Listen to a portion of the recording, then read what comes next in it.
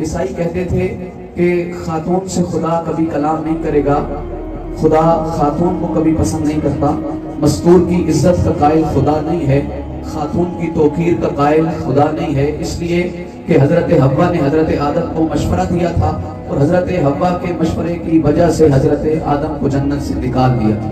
لہذا اب یہ خاتون اول کی جو مسٹیک ہے عیسائیوں کے نزدیک، تو اس وجہ سے اب عیسائی عورت کو اچھا نہیں سمجھتے۔ یہودیت کے مذہب میں آئے تو یہودیت اس قدر خاتون کی بے توقیری کے قائل تھے، کہتے تھے کہ اگر خاتون تک خدا کی آیات کی تلاوت چلی گئی تو پھر کتاب کو جلا دو، اس لیے کہ جلا دینا بہتر ہے، خاتون کلام خدا کو سنے یہ خدا کو برداشت نہیں ہے۔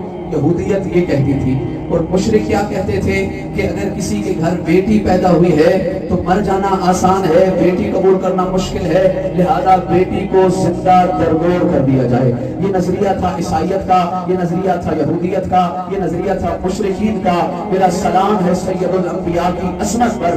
اس پرآشوب ماحول میں جب اللہ نے مصطفیٰ کو فاطمہ عطا کی ہے اور فاطمہ بزم رسالت میں تشریف لاتی ہے، مصطفیٰ بیٹی کے استقبال میں کھڑے ہو جاتے ہیں۔